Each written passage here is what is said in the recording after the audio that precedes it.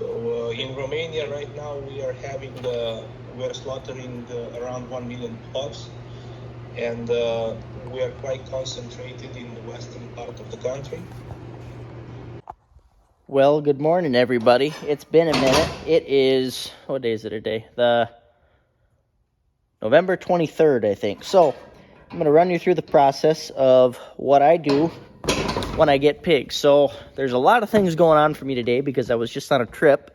Actually, the video I showed you just to start here was a call about Romania and their pork production. And so, yeah, my days in Europe involved a lot of meetings and a lot of learning. And that was, even though we're home, we're still continuing that learning process and deciding what's best for the U.S. pork industry and kind of seeing what other countries have done dealing with that particular situation. So, that being said, I've got a room here. This is my dirty room.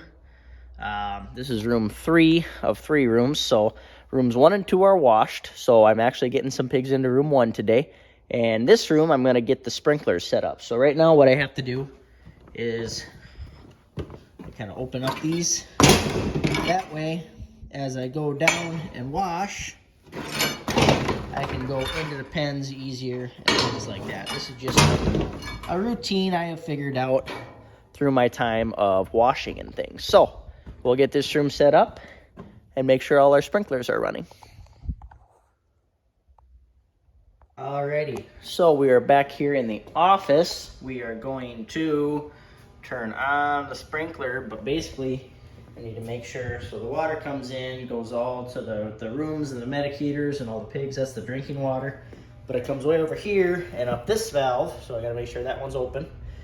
And it comes to this. This is called a solenoid. So basically, this is electronic, and my controller tells that one to open and close. So what if I got it set? It's basically on for 5 minutes and then off for 30 minutes. What that does is it allows me to conserve on some water when I'm soaking my room, because if it's just constantly dumping water on it, I'm just wasting a lot of water. A lot of times it's just sprinkle a little bit, let that water soak into that manure and make it easier for me to wash, basically. So we're gonna go ahead and turn that on, and you'll hear a noise and make that thing go.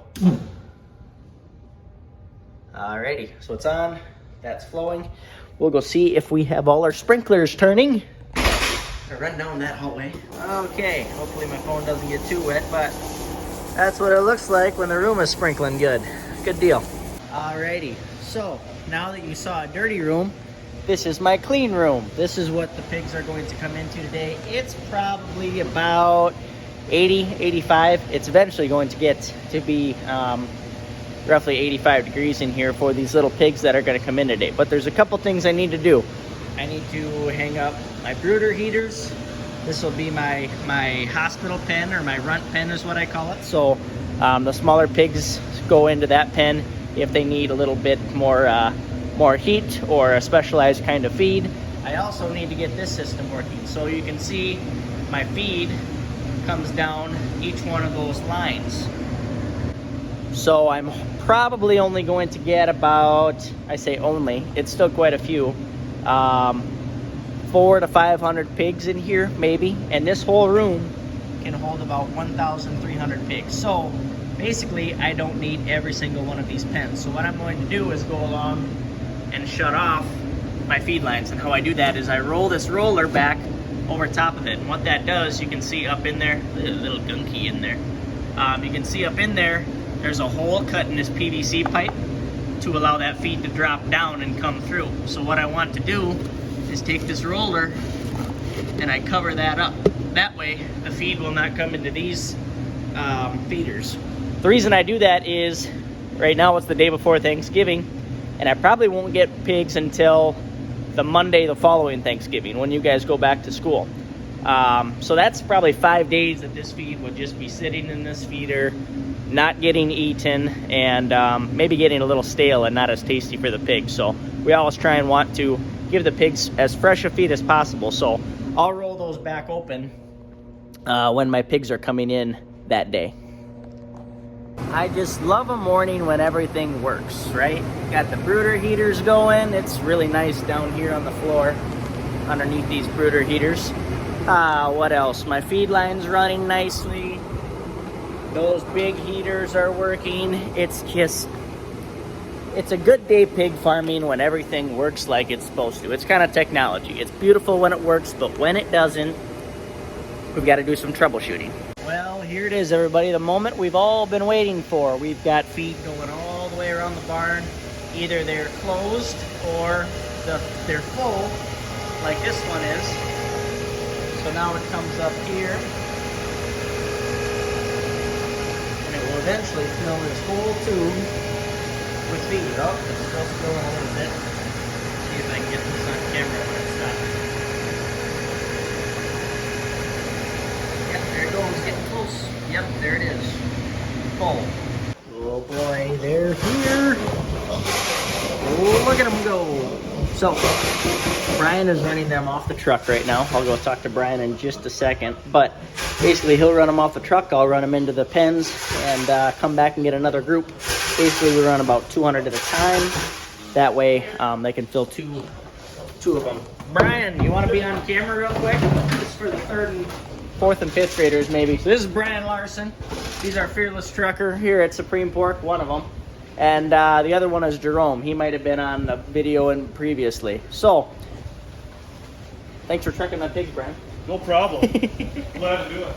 Alrighty, so we got all these little squeakers inside, but now what I need to do is count those pigs into their individual pens. So I think I did the math, and about 82 will fit in every pen after I pull my little guys out. So these little guys are my hospital pen, my runt pen, whatever you want to call it, but these pigs get kind of some special treatment. So not only they don't get the main feed from the feed line yet, I just take a couple bags and put this feed in there. It's pellets, but what I do also is they get a little of this feed